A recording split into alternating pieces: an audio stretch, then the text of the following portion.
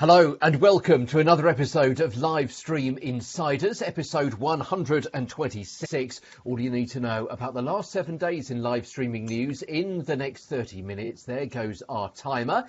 So we try and keep as close as we can to 30 minutes with the latest news. This week, YouTube and Facebook and Twitter as well. I'm Peter Stewart. I'm the author of the Live Streaming Handbook and my co-host is Krishna Day. Hi Peter, great to be with you here, and I'm just going to be checking if we are live on Facebook because I could see that potentially were a couple of glitches. So let me just do that now. I'm going to pass it back to you. I'm really looking forward to the stories that we've got coming up. I was intrigued by the one that you picked up though, which was about musicians and actually how they could be using Facebook Live to actually sell more music. But we've got that Absolutely. Towards the end of the show. Indeed, yes. And as I say, some updates to YouTube and Facebook and Twitter as well. And thank you so much indeed for watching, whether you're watching live or the recorded version. 126 episodes down, well into our third year. This is the first and the best place to find out the latest live streaming news, this time every single week. OK, let's start off with YouTube. We've got a couple of updates to YouTube. Well, I say a couple of updates, one big update and something else I didn't know about, which has lain a little bit dormant for a couple of years, which got a bit of a boost this week. So let's go through those two pieces of news. First of all, YouTube rolling out a feature which means that video creators will be able to start a live stream from their webcam without actually having to download all sorts of software, which, as we know, can be pretty difficult to set up. Lots of different codes and pages and click-throughs and taps.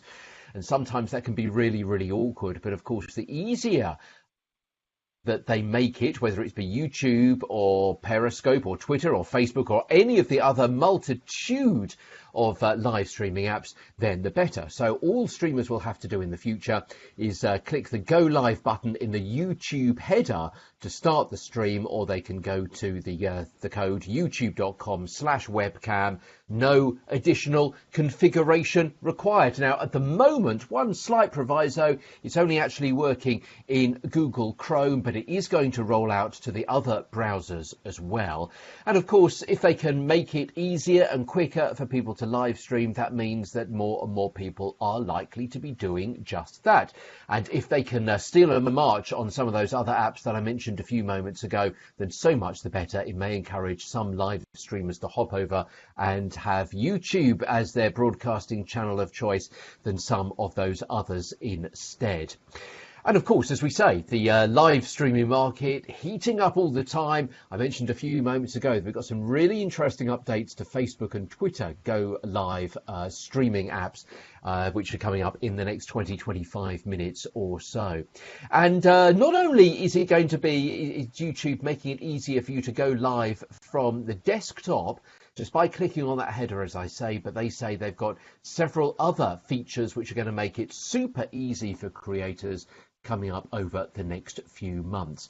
Now, I mentioned a few moments ago that there was a bit of news, which is that, and also a bit of news that I wasn't totally aware of. I think I'd heard something in the dim and distant past, but I didn't realise, I didn't appreciate that it was essentially a thing, and it was formalised, and that is that several phones have already got the ability to live stream to YouTube direct from their phone's camera app. Now, this is already dating back to 2015, so it's a couple of years old, as I say. The Galaxy Note 5, also Sony had it on the Xperia Z3 line back in 2014. And that functionality is apparently going to be rolled out to some other phones as well, including the Asus, the LG, the Motorola, the Nokia, and the Samsung. They're going to have a live stream feature which is baked in directly to the camera app, going straight to YouTube, which of course is really stealing a march on some of these other platforms that we often talk about. So direct camera integration, that's going to prove to be, I think, a real advantage to the YouTube platform, And I think, as I say, it's rather stealing a march on Facebook and Twitter as well. What do you think about those updates then, Krishna? I think this is some really interesting ways to make it easier and faster and better for you to go, certainly on YouTube, whether direct from the camera app. If you're recording a video, then to pump that straight through to YouTube sounds a fantastic idea. I tested it and I've done a full tutorial. All the links will be in the notes at the end of the show. As everybody knows who's been with us before, thank you so much for those of you who are commenting and are here live with us for Livestream Insiders. One of the things we like to do is curate all of these ideas and share with you case studies. And we put all of these together at the links, so you'll get that at the end of the show. So I did a full tutorial. The thing for me that's missing, and that's because of the kind of content I share to YouTube and also onto other live streaming platforms, is at the moment there's no integrated screen sharing tool. So if they integrate screen sharing, I think it will be immensely useful for somebody like myself. I think for many people, you know, they may actually be happy to go live as they are doing now from their webcam. So some of the examples that YouTube gave were people like beauty bloggers who are doing beauty tips and so on. But for me, I'd have to use one of the other tools I've got on my desktop to be able to do that.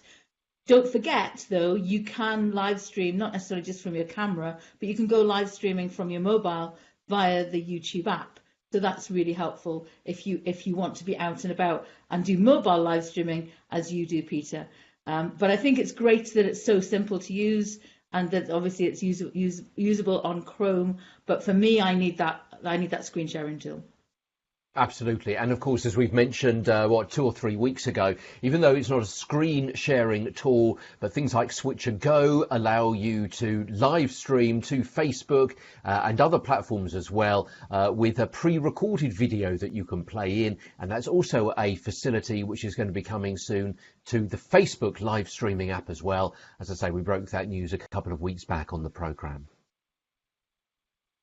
So we've got other news for you, and let me pick it up in terms of I actually want to tell you about an update to Periscope, which in fact, for those of you who know Peter and I, know that's how we met. But also I'm going to give you a little update, which I shared on Twitter, I think in the last 24 hours, about some changes to apps in terms of around for creators on Facebook, which I think will be exciting for many of you. So thanks again for joining us here. Do let us know what you're using in terms of your live streaming tools. We're covering mainly Facebook Live and Periscope / Twitter Live today, but perhaps there's other platforms that you prefer to use. So the first thing that I noticed was I actually use the Twitter Media Studio. I don't know if you do for your Twitter videos. I find it really helpful, but also you can use it for images. So you may not realize that Twitter has a media studio that you can register for free. And it's where you can actually set up in advance your images that you want to share, your GIFs, your videos, and you get some additional features within that. I'm not going to go into the details of that now. Again, there's an article that I've written with a full tutorial about how to use the Twitter Media Studio, but I was using it to pre-prepare and schedule some video content this week. And lo and behold, as soon as I opened up the app, I got a lovely surprise. So for those of you who actually have been using the producer tools in terms of the Periscope, let's say you've been doing 360 live streams with, for example, your Insta360 Nano or another camera that you've actually got connected to for your live streaming. You may have been doing that, for example, for Periscope. Well, one of the things you can do now is actually you can do all of that from within the Twitter Media Studio. So it's not that the tools are being taken away from Periscope. I could actually see a number of Twitter comments around that from the Twitter team about it. But this just means that many of us are using the Twitter Media Studio. So what you can do is you can go live to Periscope or to Twitter Live directly from the Media Studio. And so if that's of interest to you in terms of professional live streaming, let's say you want to use OBS, vMix, Wirecast, Ecamm Live, Mimo Live, many of the other tools that are available, which allow you to do things like put in your lower thirds, and other things that you might want to do, then that's the way you can do it now. You don't have to just go via the app, for example, on Periscope through the producer app there. You can actually go directly within Twitter Media Studio. So I think that's going to be helpful to some people, particularly those larger organizations like Peter's, in terms of who are media producers and publishers and news organizations who want to have professional live streams, and they want to do so on Twitter Live or on Periscope. So the next thing I want to just mention is some exciting updates, and again, full links to these are going to be available to you. So I'm not going to go through this line by line, but some really interesting updates for us as creators using Facebook Live. Now, I don't know if Peter has set this up. He can tell us a bit later for his organization, because obviously they've got various media standards in terms of the content. So things like there's a particular watermark that his organization will have. There's a particular kind of lower third style that they have. And what you can do within the Facebook Creator app, which is currently available for iOS, is you can actually start that content up. You can actually have a frame, you can set frames up, and you can actually have an end frame as well. So I've set that up, for example, for 2 of my pages, and you can do that. We've talked about a couple of times on the show as it's become available. But the big problem has been for those of us who are on Android. Now, I happen to have Android and iOS. It's not been available for Android. So the big news to watch out for is Facebook has said that that is coming soon, which I think is really, really good news for those people who are using Android devices. But there's a few other little updates that they talked about. They're not available to us now, but they said that these are coming. So I'm going to reel through a few different things to watch out for. So they're going to start testing a new feature. Now, some of us have had this through other apps we've been able to use and other different social media platforms, identifying who are your top fans. In fact, I know on our Facebook pages, for example, there have been third-party tools you could actually use to actually identify who your top fans are of the week, for example. Well, Facebook is testing making that available to us as creators, which I think is going to be really interesting for us to explore. The other thing they're updating is a content rights management tool, so that if those of us who are concerned about people taking our content and using it, I saw quite a number of posts from one person I know this week where somebody or a couple of organisations have been taking her content and actually sharing them in events and conferences without any attribution. So that's got her very concerned. So there's some new content rights management tools. They're also, however, going to offer some monetization options that are actually going to be available to us. For example, they're going to have things like you can actually pay a monthly payment. So in exchange for that monthly payment, you could actually give perks to your viewers. Now, there's different ways you can do that already. For example, some people are using tools like Patreon to actually do content and provide content there in terms of kind of premium content. But that's interesting, isn't it, that Facebook are looking to test that. They probably realize that people are doing premium content on other platforms, and of course, they want their share of the action. And, you know, you already have the opportunity to connect for branded content, but this is going to be interesting. And I wonder what this means for those organizations who set themselves up in terms of identifying influencers and connecting them to brands, because brands are going to be able to do this directly, because brands are going to be able to search for branded content partnerships, and actually going to be able to search for creators to collaborate in terms of with content campaigns, obviously tying in to the branded content guidelines. So lots of things there to watch out for. Things are being shaken up. Small tests being done at the moment. If you hear about anybody who's experimenting, you can see them testing that out. Do let us know. We'd love to see it. Or perhaps it might be you. But the other thing that Facebook have done is they actually have not just been working in terms of updates for us as creators. They've also been doing lots of updates for those organizations who actually are providing games. So I didn't realize this, that the biggest number of groups, the most number of groups are being used, or the biggest audience around groups, are gamers. I had no idea that gamers and groups for gamers was so huge in terms of on Facebook. Now, I don't know anybody who's here. Maybe you are doing this, but I don't personally know anybody who's actually doing development of games. and actually are using Facebook as one of the audiences to reach. If you are, we'd love to know about it, and perhaps let us know, because we could have you on the show in the future. But there's actually 800 million gamers who are playing Facebook-connected games every month. Again, something I didn't realise until I read this update from the Facebook developers area for gamers and game companies. But what they've done is they've made available the software development kit, SDK, and actually they're making some updates. And the one that caught my attention is actually it's going to be even easier for people to go live to Facebook. So as Peter was talking about, phones being able to go live straight to YouTube, you don't actually have to do anything else. Well, that is what's going to happen now in terms of they've released the API. So it means that developers can build within their gaming tools a way for people to live stream directly their game and their gameplay over to Facebook. So you don't have to do anything else. It's going to make it super easy for people to be able to stream their games there. Methinks that that's a bit like they're realizing how big gaming is, particularly in terms of on platforms like Twitch. We've covered that in a previous episode about how people have been able to earn income through there.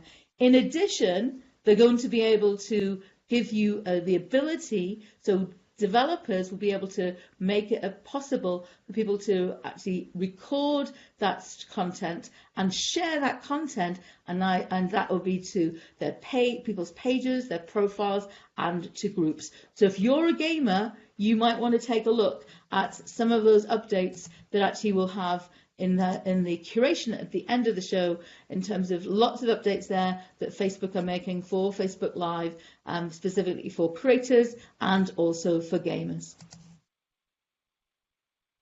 And of course, Krishna mentioned a little bit earlier on that she has all sorts of tutorials on her website, which is krishna.me, KRISHNA.me, and details there about the Twitter Media Studio and also the Facebook Creator app, and a whole ton more of other resources as well for all sorts of different apps to do with live streaming, and also photography and image curation and putting text on images and all that kind of thing as well. So do check out her page, krishna.me. So there's also been another update to Facebook, which is which has been announced this week. Bit of a soft announcement, actually. I'm not sure it came directly from Facebook themselves, but it's really, really interesting, really useful for live streaming, because it seems that a really useful new feature is going to be coming out soon. You may have it already. I know some people have seen notifications of it on their pages, which is going to allow pages to cross-share live videos to other pages.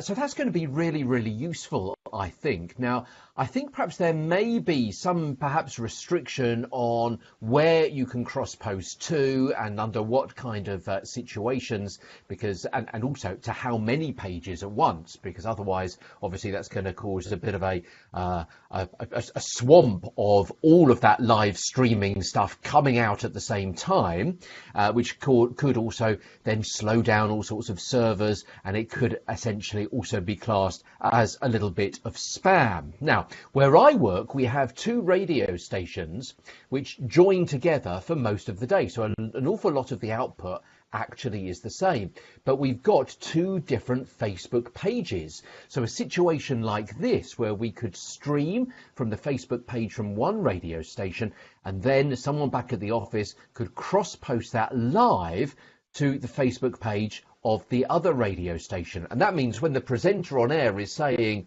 go to our Facebook page, they won't have to in the future specifically say which Facebook page people will have to go to, which can be a little bit cumbersome to say and also a little bit confusing to hear and to understand. You can just say go to our Facebook page and it'll be there on both of them. And also because it means that if there's a big national event, you'll know by now that I work for a big British broadcasting company. If there's a big national event, so for example, a royal wedding or maybe a terrorist attack, something like that, which is perhaps being done by the main London office or the main London Facebook page, which of course goes internationally, then perhaps we'll be able to take that feed and also put it onto our local page as well. depending on whether they have to push that page and share it out that way, or whether we can share by pulling in. So we'll have to have a little bit of an experiment and see what happens there. However, I would also posit that there could be a few problems, because who decides whether something which is streamed on one page is going to go out on another page? It's fine if you've got a small organisation, but it doesn't have to get too big before you realise that actually other people are sharing stuff into your timeline and being distributed to your followers that maybe you weren't aware of.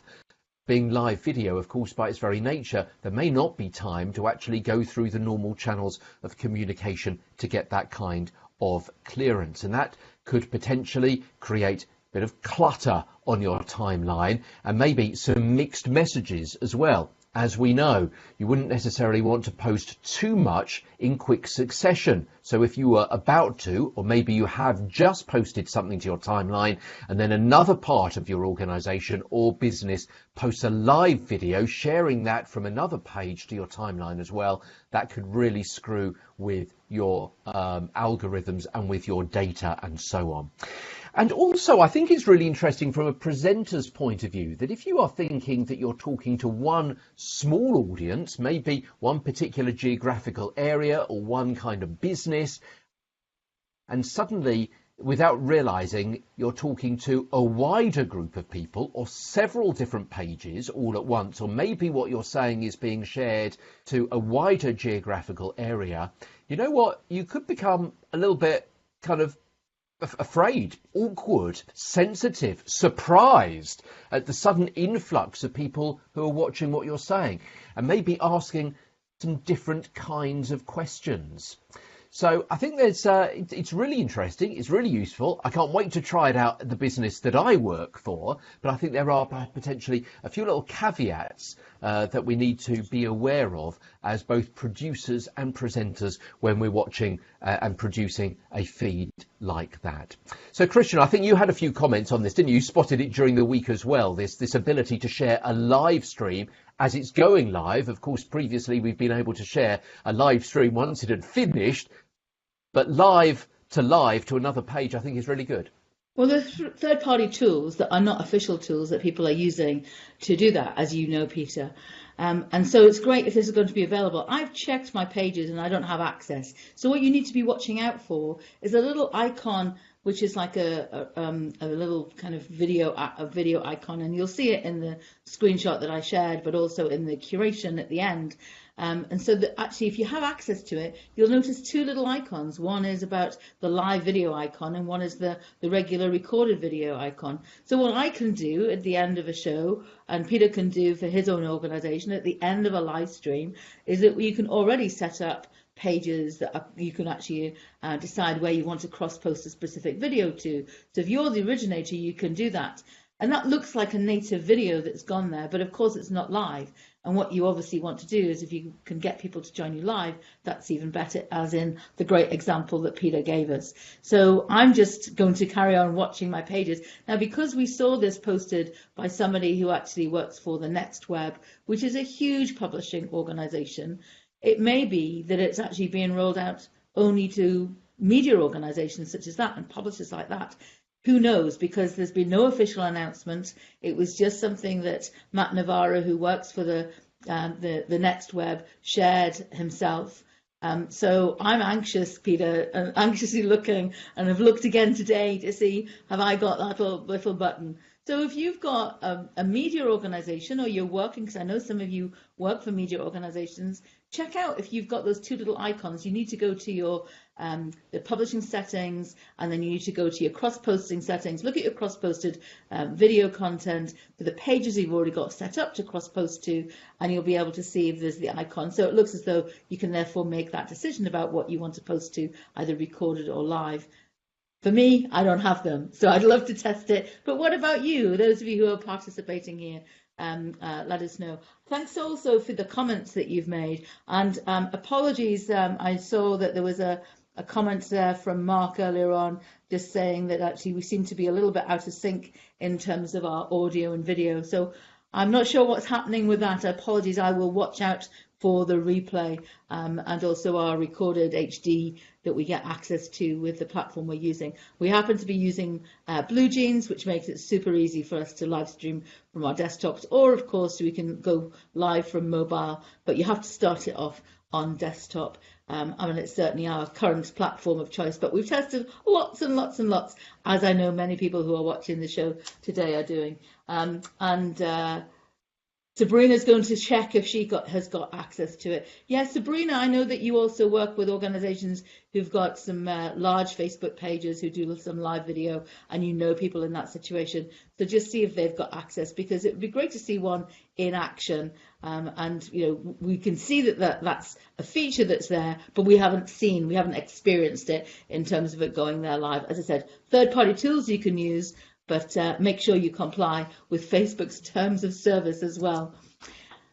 As we come up to the end of the show, I just wanted to tell you about a story that Peter highlighted. And Peter, you might want to add on to this as well, because we've talked about musicians using live video in terms of actually many times, even way back to before we were streaming here on Facebook. We've talked about this as an area. And I know a lot of musicians, particularly if you're an indie musician, and have got a small, kind of opportunity. Maybe you're doing it even on the side. We've talked to a live stream creator platform specifically for DJs, for example, in the past, where people are making money in terms of their live streaming their little sets, even from their bedrooms. And people are actually doing really successfully in doing that. That was probably about a year ago, I think we actually covered that as a story. But one of the things that was interesting is Peter identified a story from newartistmodel.com, where they were given some tips in terms of how to use live video to help you actually make more money if you're an indie musician. Now, I would say there's a few things that are not referenced in there that both Peter and I would want you to know about and be aware of. Things that we've touched on already, things like copyright, things like branded content guidelines, and the new creator tools that are coming, I think will be immensely helpful exactly for this audience. But let's give you some headlines about what they've been talking about in terms of in this area. So one of the things is actually directly making money from your Facebook Live. And the suggestion there was actually what you could do is set up an opportunity to actually take donations. Now, as I said, in terms of the ability of the new creator tools that will be coming in the future, I think that's going to be immensely helpful. And the idea that was, however, given in the article is that you can actually use PayPal, for example, as a way to actually have a little tip jar and tell people about it. And specifically in terms of to encourage those tips, give incentives. Now, I actually see that happening on YouTube actually quite a lot. So YouTube creators have been well into monetization for a long time, and it might be if you do certain things, for example, you actually will get a mention, or actually I've seen people also do things like some big YouTubers do YouTube reviews of how the people could be more effective on their YouTube channel in terms of actually, and then taking a donation for that. So I think that's a really interesting direct way that you could look to do it in terms of incentivizing people to actually help you fill up that tip jar. The other thing that they mentioned is about the ability to promote other products. One of the things that they didn't specifically reference, but you could do, is you could actually add products. So if you're streaming from your page, not your profile, but if you as an indie musician are streaming from your page, one of the things you can actually do there is directly connect products for sale. So let's say you've got T-shirts. Let's say you've got MP3 downloads or whatever it might be that you make available for people.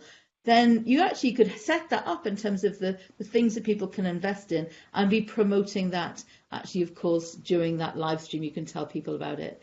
And there's some specific things they were saying is do things like do a live stream if you've got a new album that's being released. That's a great way to actually do that and actually play through the songs, which actually when I was reading that, it reminded me even of an author I know, a great person. He actually is a food photographer and author, and his name is Donald Skien. He's very, very good in terms of what they do in terms of social media. And I remember this. Actually, I think he just has done some on Facebook Live and also on YouTube, where he actually talked you through almost every recipe. I think it was every recipe in his book, in his new book that he launched.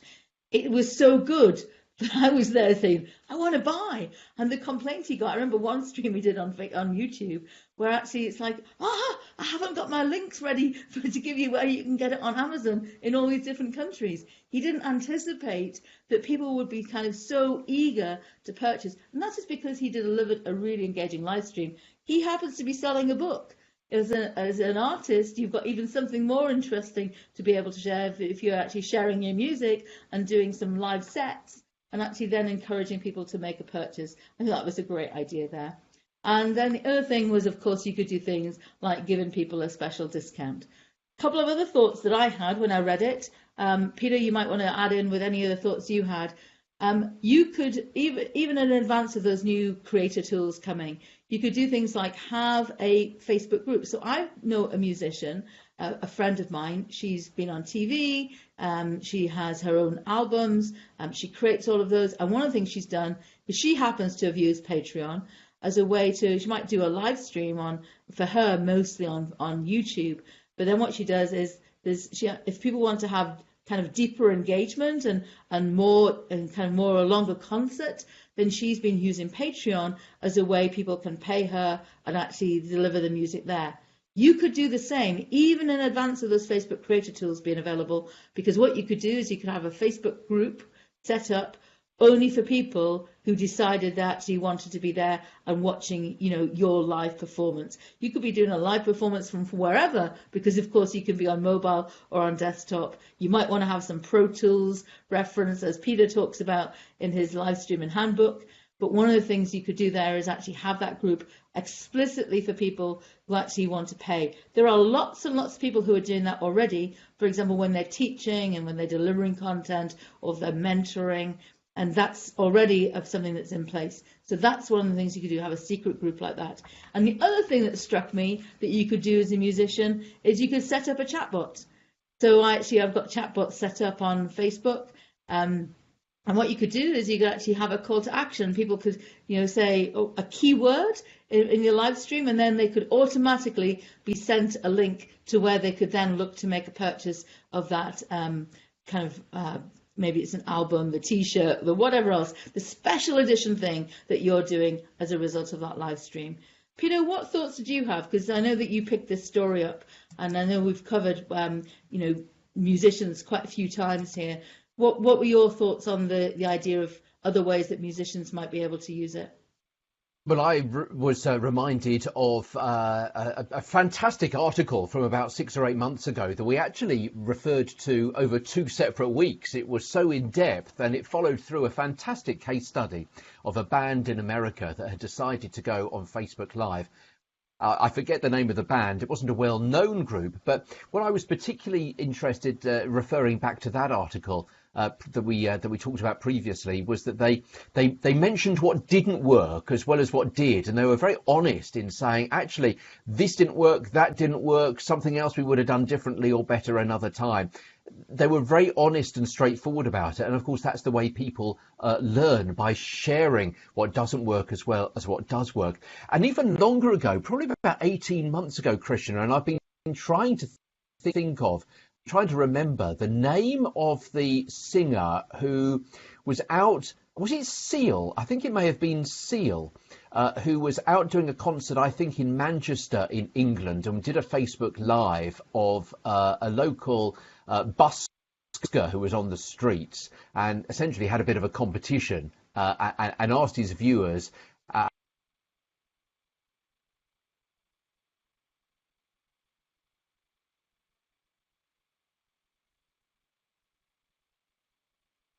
of live streaming to promote not only what you're doing, but also maybe what somebody else is doing. And fantastic that that professional musician was able to kind of give something back and give a bit of a leg up to an up-and-coming musician as well. Yeah, I remember that distinctly in terms of what they were doing there. I think there were some really fantastic musicians that he identified, weren't there? And it got people really engaged around that. I think it was from Periscope he might have been doing. I can't remember now, but I remember that it is a good while ago in terms of him doing that and identifying some fantastic musicians and then sharing the stage with them, so to speak. I think we're just about up for the time for our show today. There was one thing that we didn't say we were going to talk about. We probably should give it good reference because it's a place that you and I have met for a couple of times in the last 2 Mays. And just something for you to watch out for. Peter, you might want to reference this, but something to watch out for this week. And it doesn't matter where you are in the world because people come to this event from anywhere in the world. And you know what I'm talking about, Peter. Absolutely. I'm just trying to get or maybe you can get up the website address for this and pop it in the comments. So what was called MoJoCon, a conference for mobile journalists, Mojo, has now been rebranded as MoJoFest. Mojo Festival is going to be in Galway in the Republic of Ireland in about 6 or 7 weeks time. It's much more kind of scaled down, partly because of the economies around the world, people having less time, also because of sponsorship issues as well. But you know what? That probably means that it's going to be a bit more kind of rough and ready, down and dirty, but perhaps without that gloss. It's going to be back to the kind of origins of mobile journalism. In other words, coping with what you've got. And we've spoken to the creator Glenn on the programme before a couple of years back. And if you're thinking, well, that's all very well, but I'm not a journalist. It's all very well for Peter to suggest we go to a journalism conference. What Glenn is very at pains to point out for this 3-day conference at really tickets, it does have to be said, around about €100 a day, and very often for a 3-day conference you could be spending €300 for a 1-day conference, let alone a 3-day conference. It is not just for journalists, because of course creating content on a mobile phone in all sorts of different apps, recording video, producing video content, captioning videos or captioning still images, taking photographs, distributing them, producing them. Producing content in its myriad forms. It's not just for journalists, but also for PR people, for marketers, for all sorts of other content creators, for small business people as well. In fact, pretty much the kind of audience for the live streaming handbook. So wherever you are in the world, if you can get a bit of money together, short notice I know, but it's only been confirmed in the last couple of days, then do check out the Mojo Festival conference, which is happening in Galway at the end of May, and hopefully we'll be able to see you there. It really is. I've been to lots of conferences around the world, and I'm not just saying this, I'm not on a backhander or anything like that, but obviously I do know some of the people involved.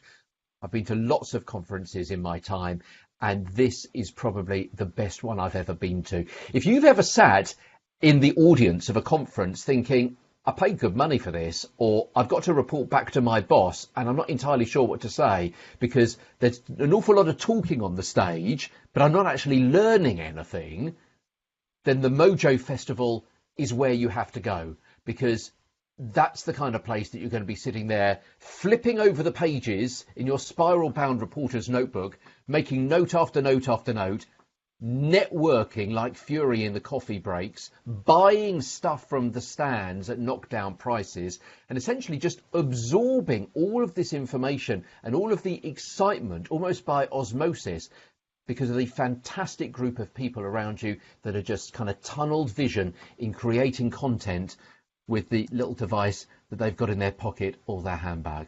Hopefully I've sold it to you.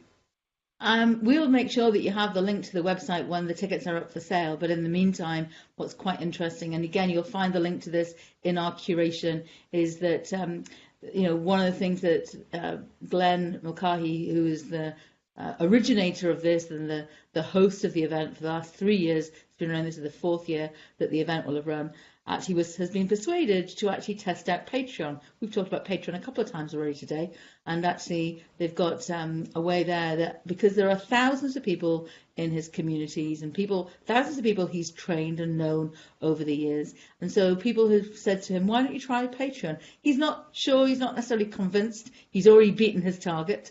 He had a very modest target, I think it was about €500 to actually get And so, there is a way that if you've enjoyed his work, I thought it was really interesting in terms of another way that somebody's trying to, kind of cover costs for something that they're passionate about doing. And he's using Patreon to crowdfund their and actually, everything from like a €5 kind of, yes, you've helped me along the way, through to much bigger donations.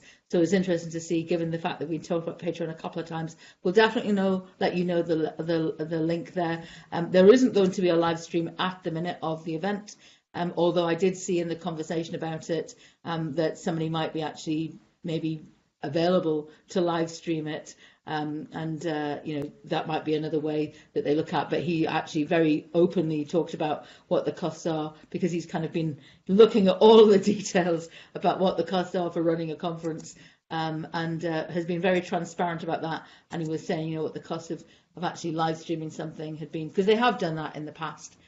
So, but we're very passionate about MoJoCon, so forgive us in the next few weeks, because we'll remind you about it a couple of times, and that's just because we believe in the content. We believe in the creators. There's some terrific people that we've met there from everywhere in the world, from South Africa to Australia, from large organizations in terms of like ABC News and CNN and the BBC, right the way through to little people in terms of like solopreneurs like myself. Anyway, so more of that a little bit later on. That's enough of hearing about MoJoCon. And we did do some write-ups about it last year. If you're interested, just leave me a message and I'll send you some of the things. And we actually did a recording of our of our show from there last year, and it was an interesting experiment to actually do that and then publish that a little bit later. I'm going to pass it back to you, Peter, to actually end the show. Thanks to everybody who actually has been here. Yeah, Sabrina, you're just saying that weren't we at the same event last year? Yes, you're absolutely right, Sabrina. That's something that Peter and I have been at for the last 2 years, and actually the first time we ever met was there.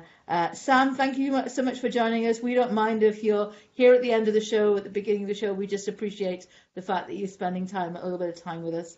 And also Len is here, who actually we've met at MoJoCon as well, and he's talking about he's using it to monetize content as well. So Patreon's been getting quite a bit of a coverage from us this week. But anyway, with that, Peter, I'm going to pass it back to you to end the show.